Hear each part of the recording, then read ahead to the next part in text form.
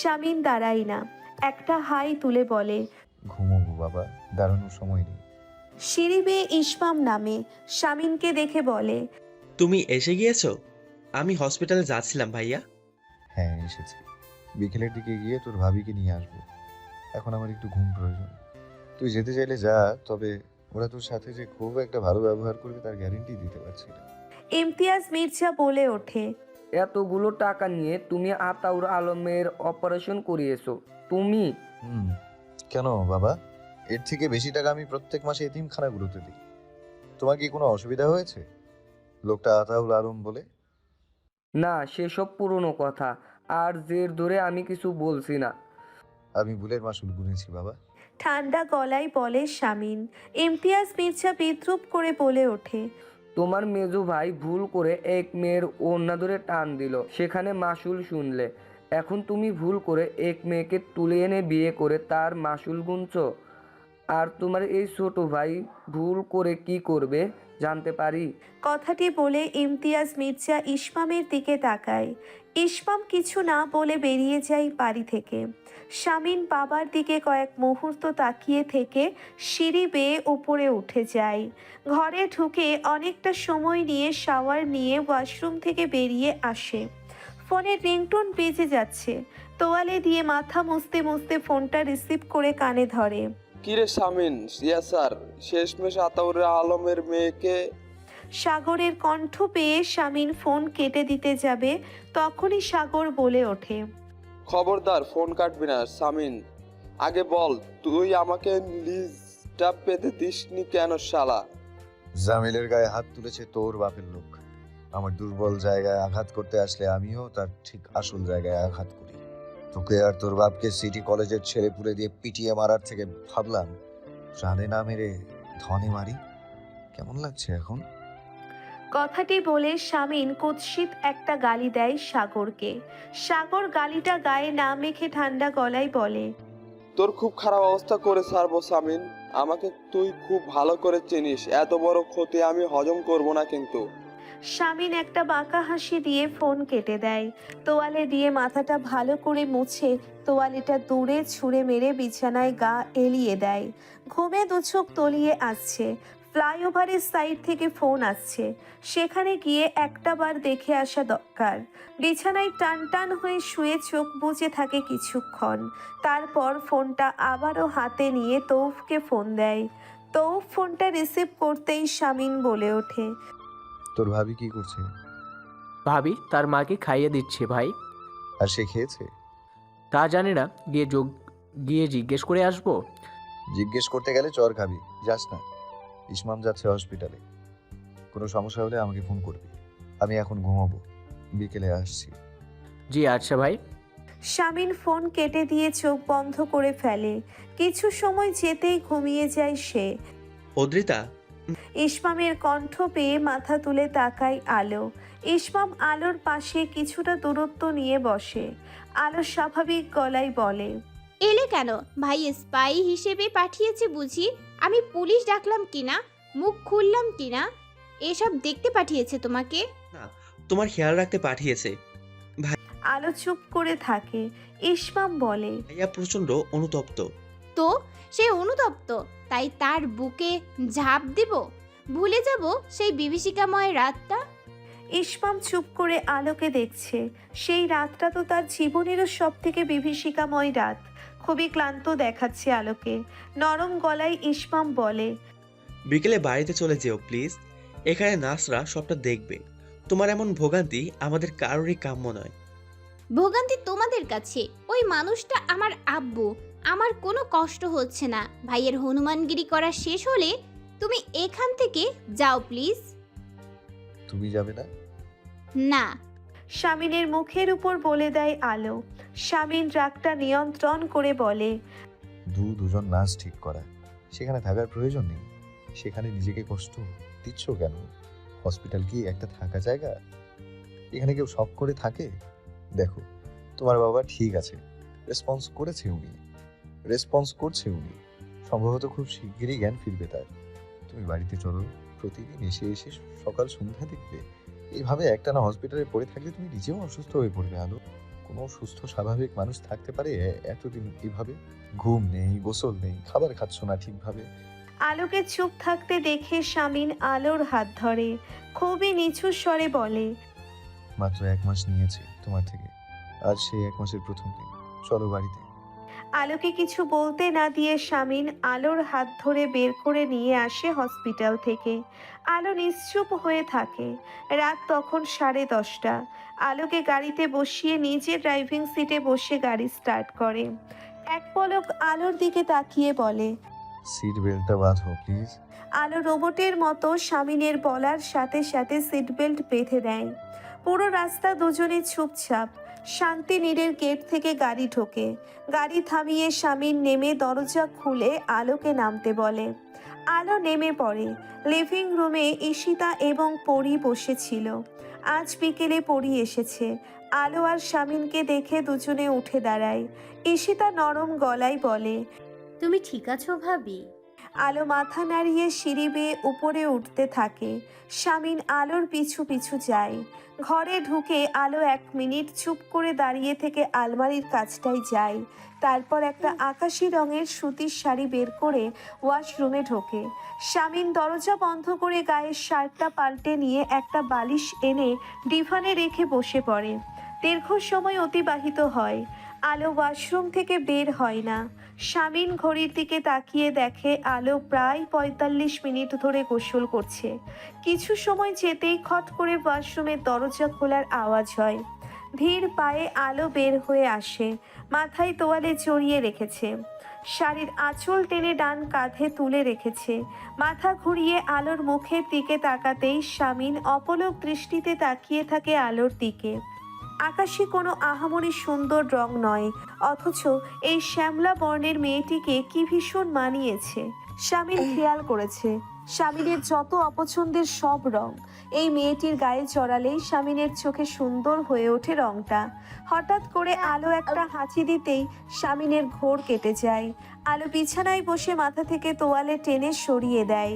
ভেজা চুলগুলো পিঠে ছড়িয়ে পড়ে। কিছুক্ষণ তাকিয়ে থেকে শামিন চোখ সরিয়ে নেয়। আলো নিজের গায়ে একটা চাদর টেনে নিয়ে ওদিকে ফিরে শুয়ে পড়ে।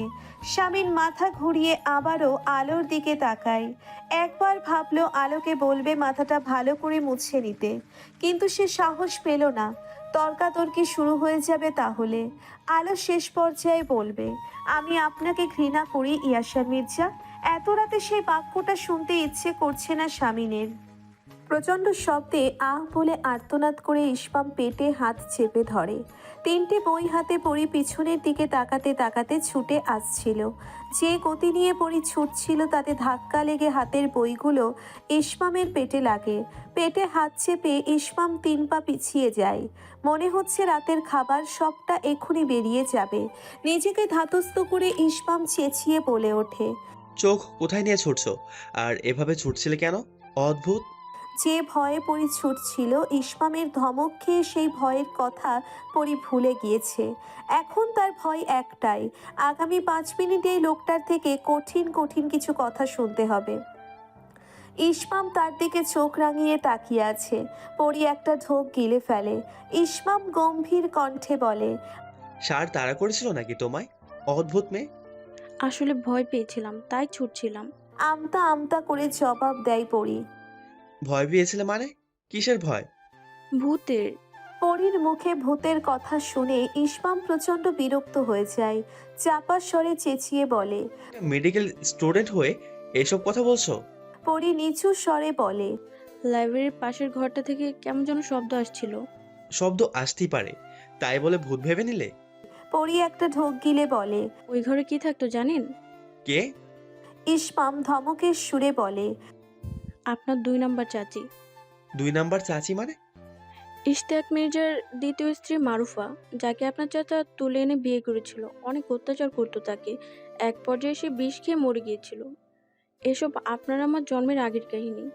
তো এতদিনে তোমার মারফা চাচির ভূতও মরে ভূত হয়ে গিয়েছে, সেসব কথা এখন বলছো কেন? কোন ধরনের ফাজলামি এগুলো? ইসমাম পরির দিকে রাগী দৃষ্টিতে তাকিয়ে আছে। পরি বলতে থাকে, সত্যি বলছি, কেমন শব্দ আসছিল। ইসমাম দাঁতে দাঁত চেপে বলে, চলো আমার সাথে। যদি ভূত বের করতে না পেরেছো, ওই ঘরে বন্ধ করে দিয়ে আসবো তোমাকে। না, যাব না। পরি মুখটা একটুখানি করে ইসমামের পিছু পিছু যায়। ঘরের দরজা খোলা ছিল। ইসমাম পরির দিকে তাকিয়ে বলে, চলো, তুমি এখানে দাঁড়াও, আমি ভূত নিয়ে বাইরে আসছি, নড়বে না এখান থেকে। ভেতরে ঢুকে লাইটের সুইচ টিপে দিতেই বিছানার ওপরে ঈশিতার বিড়ালটাকে লেজ নাড়াতে দেখা যায়। ইসমাম এগিয়ে গিয়ে বিড়ালটাকে কোলে তুলে বেরিয়ে আসে। পরির সামনে দাঁড়িয়ে গম্ভীর কণ্ঠে বলে, এই যে তোমার ভূত, স্টুপিড মেয়ে। তখনই ঈশিতা এসে দাঁড়িয়ে ওদের দিকে তাকিয়ে বলে, কি হয়েছে ইসমাম? ইসমাম ঈশিতার দিকে তাকিয়ে গম্ভীর কণ্ঠে বলে, যেমন স্টুপিড তোর এই বিড়ালটা, তেমন স্টুপিড তোর এই সখী। দুটোকে আমার সামনে থেকে নিয়ে বের হ। ঋতুর শরীরটা সকাল থেকেই খুব খারাপ। বেশ কয়েকবার বমি হয়েছে। এখন বিছানায় ওদিক ফিরে শুয়ে আছে। ইলহাম কিছুক্ষণ ঋতুর দিকে তাকিয়ে থেকে বলে, ডাক্তারের কাছে চলো, নাকি ডাক্তার বাড়িতে ডাকবো? ঋতু ঘুরে ইলহামের দিকে তাকিয়ে বলে, প্রয়োজন নেই, আমি ঠিক আছি, আপনি অফিসে যান। ইলহাম বিছানায় একপাশে বসে পড়ে। কিছুক্ষণ পরে বলে ওঠে, এই মাসে পিরিয়ড হয়েছিল তোমার? ঋতু কিছুক্ষণ নিজের স্বামীর দিকে তাকিয়ে থেকে মাথা নাড়ায়। ইলহাম বলে, চলো টেস্ট করাবে, রেডি হও। কেন, অ্যাবর্শন করানোর খুব তাড়া বুঝি? কাপা কাপা গলায় বলে ওঠে ঋতু। ইলহাম কিছুক্ষণ ঋতুর মুখের দিকে তাকিয়ে থাকে। হঠাৎ করে খুব খারাপ লাগছে ঋতুর কথাটা শুনে। আগে হলে অনেক বকাঝকা করে দিত মুখের উপর কথা বলার অপরাধে। আজ পারছে না। ঋতু অসুস্থ শরীর নিয়ে উঠে বসে। নিচু স্বরে বলে, ইহানকে জন্ম দিয়ে আপনার ভালোবাসা পাইনি, দ্বিতীয় বাচ্চা পৃথিবীতে এলে আপনি হঠাৎ আমায় ভালোবাসবেন এমনটা আমি ভাবি না। আমি নিয়মিত ওষুধ খাই, কোনো বাচ্চা আসেনি পেটে, প্রতি মাসে পিরিয়ড হতে একটু দেরি হয় আমার। ইলহাম উঠে দাঁড়ায়। পেছন থেকে ঋতু বলে ওঠে, এই মেয়েটার মধ্যে কি এমন ছিল যেটা আপনার স্ত্রীর মধ্যে আপনি পাননি? আমাকে 1 বছর পরে বাড়ি থেকে বের করে দেওয়ার আগে এই প্রশ্নের উত্তরটা একটু দেবেন। ইলহাম কয়েক মুহূর্ত চুপ করে দাঁড়িয়ে থেকে সেখান থেকে চলে যায়। তুমি রেডি হয়ে নিচে এসো, আমি অপেক্ষা করছি, তোমাকে হসপিটালে পৌঁছে দেব। স্বামীনের কথা শুনে আলো কপাল কুঁচকে ফেলে। গম্ভীর কণ্ঠে বলে, প্রয়োজন নেই, আমি রিক্সা নিয়ে চলে যাব। রিক্সা ভাড়া আছে তোমার কাছে? আমার ধারণা নেই রিক্সাওয়ালা তোমার চেহারা দেখে তোমাকে রিক্সায় ওঠাবে না। অতটাও সুন্দরী নাও তুমি। স্বামীন কথাটি বলে অন্যদিকে মুখ ঘুরিয়ে ঠোঁট টিপে হাসে। আলো স্বামীনের দিকে তাকিয়ে থাকে। তার চোখ মুখ ফ্যাকাশে। স্বামীন আলোর দিকে তাকিয়ে বলে, নিচে অপেক্ষা করছি, তাড়াতাড়ি এসো। যদি হসপিটালে যেতে চাও তো। স্বামীন চলে যায়। আলো মলিন মুখে খোলা চুলগুলো খোপা বেঁধে নিয়ে ডান কাঁধে শাড়ির আঁচল উঠিয়ে নিয়ে ঘর থেকে বের হয়। করিডোরে সিঁড়ির কাছে ইহান বল নিয়ে খেলছে। একথা এ মাথা থেকে ও মাথা ছোটাছুটি করছে। আলো বের হতেই ইহানের বলটা এসে তার গায়ে লাগে। আলো গম্ভীর কণ্ঠে বলে, এখানে এভাবে বাদরামি করছো কেন ছেলে? সিঁড়ি থেকে পড়তে চাও? ইহান আলোকে দেখে চোখ মুখ কুঁচকে সিঁড়ি বেয়ে নামতে থাকে। আলো তার পিছু পিছু নামছে। ইহান আলোকে দেখিয়ে দেখিয়ে ইচ্ছে করে লাফিয়ে লাফিয়ে নাচছে। পেছন থেকেই আলো গম্ভীর কণ্ঠে বলে, ঠিকভাবে হাঁটো, পড়ে যাবে। ইহান বেশি করে লাফাতে থাকে। হুট করে পা পিছলে 2 ধাপ নিচে পড়ে যেতেই আলো দ্রুত পায়ে সিঁড়ি ভেঙে নেমে ইহানকে ধরতে গেলে সেও পা পিছলে পড়ে যায়। বিকট একটা শব্দ হয়। ঘটনার আকস্মিকতায় স্বামীন উঠে দাঁড়িয়ে যায়। ইহান নিজের জায়গায় দাঁড়িয়ে চোখ বড় বড় করে আলোকে দেখছে। আলো হাত দিয়ে নিজের পা চেপে ধরে চাপা স্বরে কুকিয়ে যাচ্ছে। যন্ত্রণায় তার পুরো মুখমণ্ডল নীল রং ধারণ করেছে। লিভিং রুমে থাকা সবাই ছুটে আসে। স্বামীন এসে নিচু হয়ে ঝুঁকে বসে। উৎকণ্ঠা নিয়ে বলে, কোথায় লেগেছে? আলো কোনো উত্তর দিতে পারে না। উত্তর দেওয়ার মতো পরিস্থিতিতে সে নেই। যন্ত্রণার তীব্রতা বাড়ছে। ইসমাম দাঁড়িয়ে আছে। স্বামীনের দিকে তাকিয়ে বলে, সম্ভবত পায়ে ভাইয়া। স্বামীন আলোর পায়ে হাত দিলে সে উচ্চ শব্দে আর্তনাদ করে ওঠে। পেছন থেকে ফুলের মা বলে, ভেঙে গেছে নাকি ভাইজান? স্বামীন ইসমামের দিকে গাড়ির চাবি এগিয়ে দিয়ে বলে, গাড়ি স্টার্ট কর শিগগিরই। তারপর আলোর দিকে তাকিয়ে বলে, উঠতে পারবে নাকি আমি উঠাবো? আলো দু চোখ বন্ধ করে নিশ্চুপ হয়ে কেঁদে যাচ্ছে। তার কাছে মনে হচ্ছে পায়ের কোনো হাড় ভেঙে গিয়েছে। শামিন আলোর দিকে এক পলক তাকিয়ে তাকে পাঁচকোলা করে তুলে নেয়। ইসমাম গিয়ে গাড়ি স্টার্ট করে। পোনা চাচা পেছনের সিটের দরজা খুলে দেয়। শামিন আলোকে বসিয়ে নিজেও বসে পড়ে। পোচের নিচে দাঁড়িয়ে ফুলির মা দাঁত বের করে সীতারাকে বলে, মানুষ একটা আমাদের বড় ভাইজান কথায় কথায় ভাবিরে কুলে উঠায়। এত মুহাব্বত আজকালকার পুরুষদের মধ্যে থাকে। এই বেটি যদি একটু বুঝতো, ভাইজানরা পাত্তাই দিতে চায় না। যদি এই বংশের পূর্বপুরুষদের হাতে পড়তো তাহলে বুঝতো কত দানে কত চাল। স্বামীর হাতে মার খেতে খেতে জীবন শেষ হয়ে যেত। ইসমাম দরজার কাছে কয়েক মুহূর্ত দাঁড়িয়ে থেকে ভেতরে ঢোকে। আলোর বেডের পাশে নির্দিষ্ট দূরত্ব বজায় রেখে একটা চেয়ার টেনে বসে। আলোর ডান পায়ের গোড়ালিতে প্লাস্টার করে দিয়েছে ডাক্তার। খুব বেশি মারাত্মক না হলেও বেশ কিছুদিন ভোগাবে আলোকে। ইসমাম নিচু স্বরে বলে, হাঁটো কিভাবে তুমি? সিঁড়ি থেকে যখন পড়ছিলে মনে হচ্ছিল একটা পিং পং বল গড়িয়ে পড়ছে। আলো কোনো উত্তর না দিয়ে ইসমামের দিকে তাকিয়ে থাকে। ইসমাম ম্ল্যান হেসে বলে, ভাইয়া তোমার খুব কেয়ার করে। অবশ্য ভাইয়া এমনই, যাদের সে আপন মনে করে তাদের সবার খুব কেয়ার করে। আমি আর ইস্যু যখন জন্মাই তখন থেকেই মায়ের শরীরটা হঠাৎ খুব খারাপ হতে শুরু করে। বছরের 8 মাস অসুস্থ থাকতো। ভাইয়াই আমাকে আর ইস্যুকে দেখভাল করতো বলতে গেলে। সেজন্য মায়ের পরে ভাইয়ার সাথে আমার সখ্যতা বেশি। এসব কথা আমাকে বলছো কেন? ঠান্ডা গলায় বলে আলো। ইসমাম আলোর দিকে তাকিয়ে বলে, দেখো, ভাইয়া তোমাকে খুব ভালো রাখবে, বোঝাই যাচ্ছে। আমাকে সান্ত্বনা দিচ্ছ? না, নিজেকে দিচ্ছি। আলো ইসমামের চোখের দিকে তাকিয়ে থাকে। ইসমাম কিছু সময় চুপ থেকে বলে ওঠে, আমার একটা প্রিয় মানুষ আমার আরেকটা প্রিয় মানুষের কাছে ভালো থাকবে, যত্নে থাকবে, নিরাপদে থাকবে। এটা আমার কাছে অনেক বড় একটা সান্ত্বনা। অদ্রি।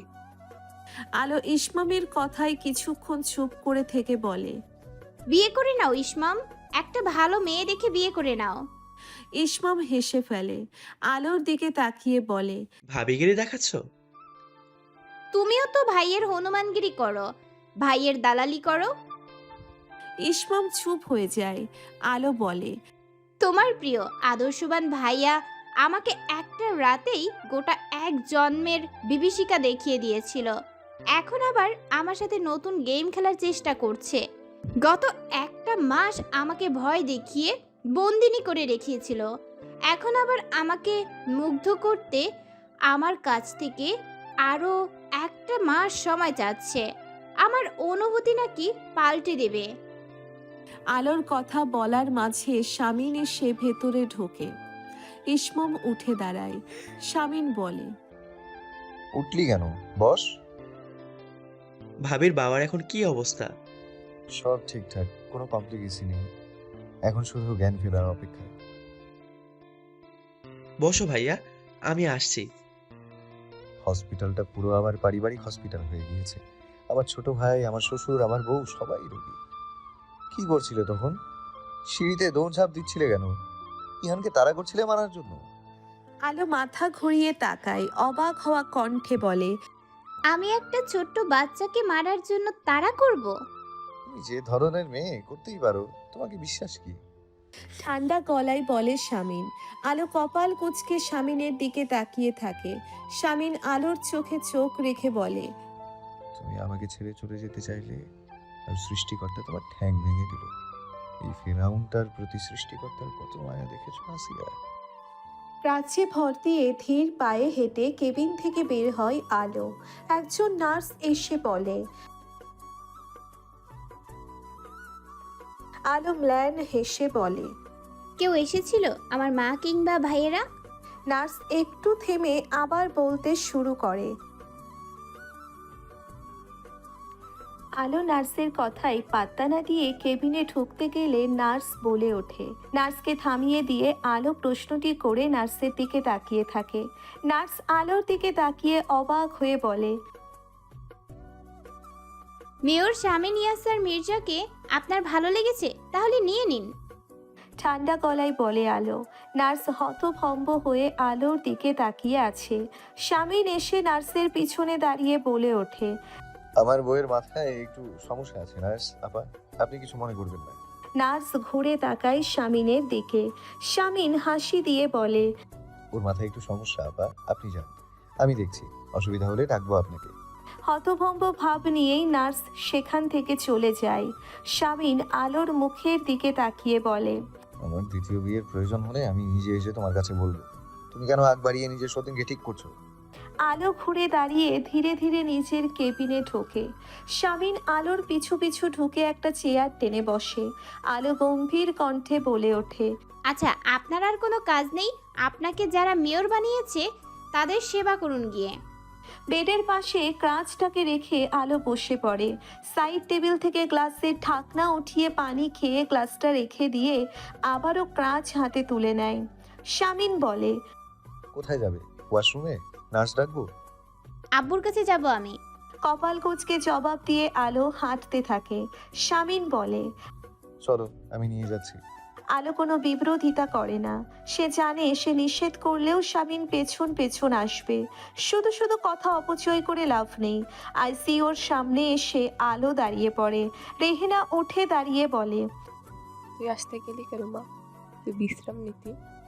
আলো বলে, আব্বুর কি অবস্থা? সব ঠিক আছে, ধৈর্য ধর। আজান এসে আলোকে ধরে বসিয়ে দেয়। আলো আজানের মুখের দিকে তাকিয়ে বলে, আয়াত কোথায়? দাদুর কাছে, বাড়িতে।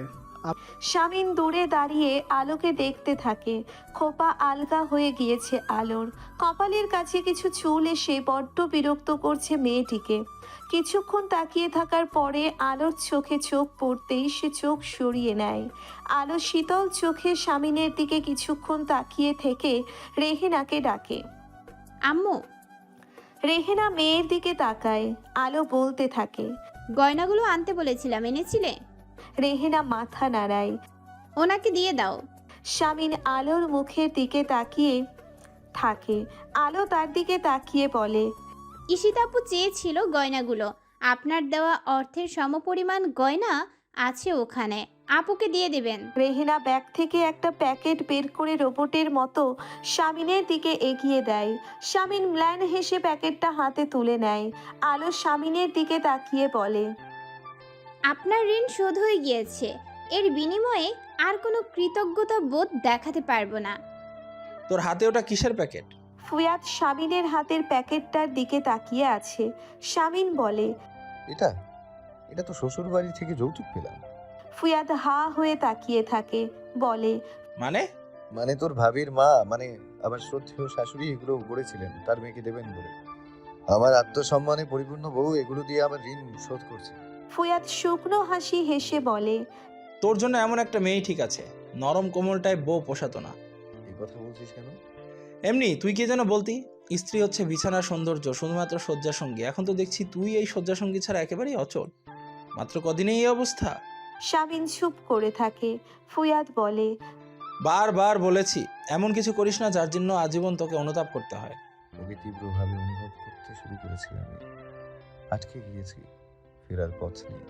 ফুয়াদ শামিনের কাঁধে হাত রেখে বলে, এটাই সম্ভবত তোর শাস্তি। ওকে পাওয়ার ব্যাকুলতায় ছটফট করবি, কিন্তু ও ধরা দেবে না। সত্যিই দেবে না? কখনোই দেবে না? ফুয়াদ শামিনের দিকে তাকায়। শামিন বাচ্চাদের মতো আগ্রহী হয়েছে জানার জন্যে। ফুয়াদ গা ছাড়া ভঙ্গিতে বলে, কি জানি, নারীর মন বোঝা বড্ড কঠিন। তবে আমি 2% শিওর ও তোর প্রতি নরম হবে। বাকি 98% তোর কাজের উপর নির্ভর করছে। দেখ কি হয়। মাত্র 2%? অনেক বেশি বলেছি আমি। ভুলে যাস না তুই ওর সাথে কি করেছিস, প্রথমে কোন রূপে আবির্ভূত হয়েছিস ওর সামনে। একটা প্রাপ্তবয়স্ক নারীর মন থেকে এসব মুছে ফেলা খুব কঠিন এবং ধৈর্যের ব্যাপার সামিয়া স্যার মির্জা। তাহলে 2% কেন নিশ্চয়তা দিচ্ছিস? একেবারেই দিস না। কোন যুক্তিতে দিলি? অবলা জাত কখনো কখনো ঘৃণা করতে করতে পুরুষকে ভালোবেসে ফেলে সেই যুক্তিতে। হুমায়ুন আহমেদ একটা কথা বলেছিলেন, ধনাঢ্য পরিবারের মেয়েরা গরিব ছেলেদের দেখলে একটা মায়া কাজ করে তাদের মনে, যে মায়া থেকে ভালোবাসা জন্মায়। তবে আমি এই অনুভূতিকে কখনো ভালোবাসা বলে আখ্যায়িত করব না। এই অনুভূতির নাম সহানুভূতি, ভালোবাসা নয়। ঈশিতা কিছুক্ষণ শান্তর মেসেজটার দিকে তাকিয়ে থাকে। উত্তরে কিছু কথা সাজিয়ে লিখেও ফেলে, কিন্তু ক্ষণ বাদেই তা মুছে ফেলে অফলাইনে চলে যায়। 2 মিনিট পর শান্তর ফোন আসে তার ফোনে। ঈশিতা ফোনটা রিসিভ করবে না করেও রিসিভ করে কানে ধরে চুপ করে থাকে। রাগ করলে? না তো, কেন রাগ করব? তোমাকে রাগিয়ে দেওয়ার মতো একটা কথা লিখেছিলাম। তুমি সহানুভূতি পেতে না চাইলে সাফ সাফ জানিয়ে দিবে, এত ভনিতা করে কথা বলবে না। শান্ত মৃদু হেসে বলে। শান্ত কিছুক্ষণ চুপ করে থেকে বলে ওঠে, তাই আমি অনুভূতি পেতে চাই। অভ্যাস খারাপ করে দিয়েছো তুমি। ঈশিতার ঠোঁট প্রশস্ত হয়ে যায় হাসিতে। শান্ত বলতে থাকে, তবে কি জানো, দরিদ্র সুদর্শন পুরুষ এটা একটা তরুণীর জন্য মারাত্মক বিপজ্জনক। আজীবন ভুগতে হয় ঠিক সময়ে এড়িয়ে না গেলে। এই, আমি ফোন রাখলাম। ঈশিতা রাগ দেখিয়ে ফোন কেটে দিতে গেলে শান্ত বলে ওঠে, ইস, আমি এরকম একটা আদরের দুলালিকে ঠিকঠাকভাবে ট্রিট করতে পারবো তো? আগে জানো সে কতটা চায়। কতটা চায়? তুমি যে সানস্ক্রিন লোশন ব্যবহার করো সেটা আমার প্রত্যেক মাসের ম্যাচ ভাড়ার ইস্যু। আমি ঈশিতা চুপ করে থেকে বলে, চাকরি পেলে ম্যাচ ছেড়ে দেবে, একটা বাসা নেবে, আমাকে বিয়ে করবে, মোটামুটি দামের একটা সানস্ক্রিন লোশন কিনে দেবে। এতটুকু আত্মবিশ্বাসী হতে পারছো না? আমার আত্মবিশ্বাস, আমি আমার বউকে পুরো একটা স্যালাইন কিনে দিতে পারবো, কিন্তু সেটা স্বপ্নে। শান্ত উচ্চ শব্দে হাসতে থাকে কথাটি বলে। ঈশিতা চুপ করে থেকে বলে, কি করছো? সস্তা সিগারেট পোড়াচ্ছি। দুপাশের দুজন নীরব থাকে। শান্ত হুট করে একটা দীর্ঘশ্বাস ছেড়ে বলে ওঠে, পারলে এড়িয়ে যাও ইস্যু। এই সিগারেটটা পুড়তে যতখানি সময় নিচ্ছে তুমি পুড়তে ততখানি টাইম নেবে না। বাবার রাজকন্যা, ভাইদের আদরের বোন, পারলে এড়িয়ে যাও, বোকামি করো না। তুমি যে বলেছিলে জ্ঞান ফিরলে আর কোনো চিন্তার কিছু নেই, তাহলে এসব এখন কেন বলছো? শামিন রাসেলের দিকে তাকিয়ে থাকে।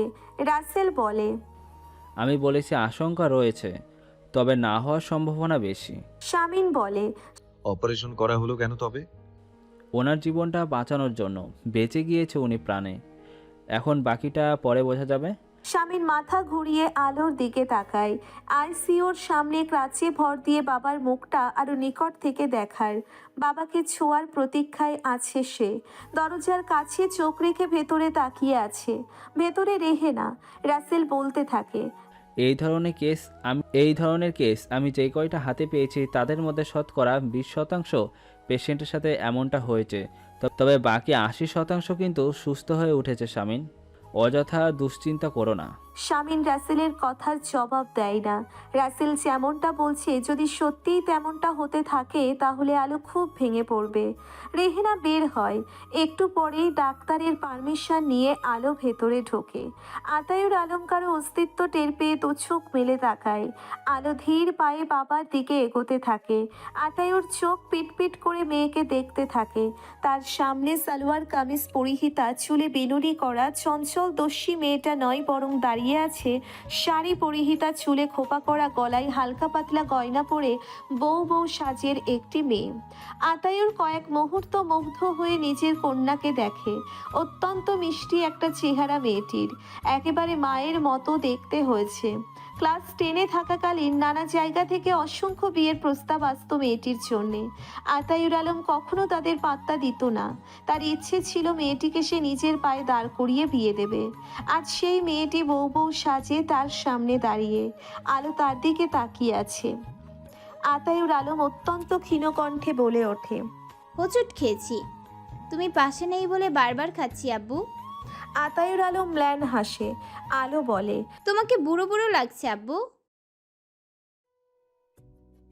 শুধু শাড়িই কিনে দিয়েছে আমাকে, আমার অবস্থান বুঝিয়ে দিতে, সম্ভবত আমি এখন কারো বউ, এটা বারবার মনে করিয়ে দিতে। আতায়ুর আলো মেয়ের দিকে তাকিয়ে আছে। আলো বলতে থাকে, সুস্থ হয়ে ওঠো আব্বু, সবটা গুছিয়ে নিতে হবে, এলোমেলো হয়ে যাওয়া সবটা গুছিয়ে নিতে আমার মাথার ওপর বাবার শক্ত একটা হাত দরকার, দয়া করে সুস্থ হয়ে ওঠো তুমি। জ্ঞান ফেরার আজ 3 দিন। আতায়ুর আলমকে জেনারেল কেবিনে শিফট করে দেওয়া হয়েছে। কাল পরশুর মধ্যে বাড়িতে নিয়ে যাওয়া হবে তাকে। রাত অতটা গভীর নয়। বিকেলের দিকে ভাইদের বাড়িতে পাঠিয়ে দিয়ে আলো নিজেও শাবিনের সাথে বাড়িতে চলে আসে।